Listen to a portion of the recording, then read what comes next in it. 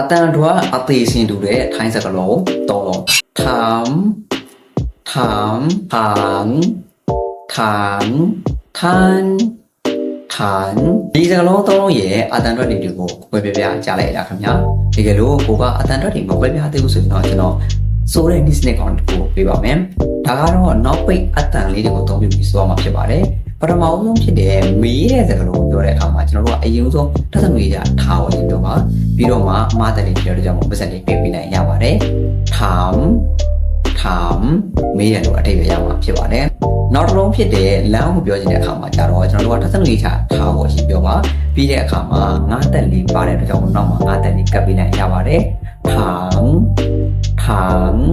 လမ်းလို့အတိတ်ပဲရမှာဖြစ်ပါတယ်ခင်ဗျာနောက်ဝေဆုံးတစ်လုံးဖြစ်တဲ့သုံးဆောင်တော်ကိုပြောချင်တဲ့အခါမှာတော့ကျွန်တော်တို့ကထပ်သမီးချထားဖို့ရင်ပြောပါပြီးတော့မှနောက်မှာနားငယ်တက်လေးပါတဲ့အတွက်ကြောင့်မလို့နားတက်လေးနဲ့ဆိုပြီးလိုက်ရပါတယ်ฐาน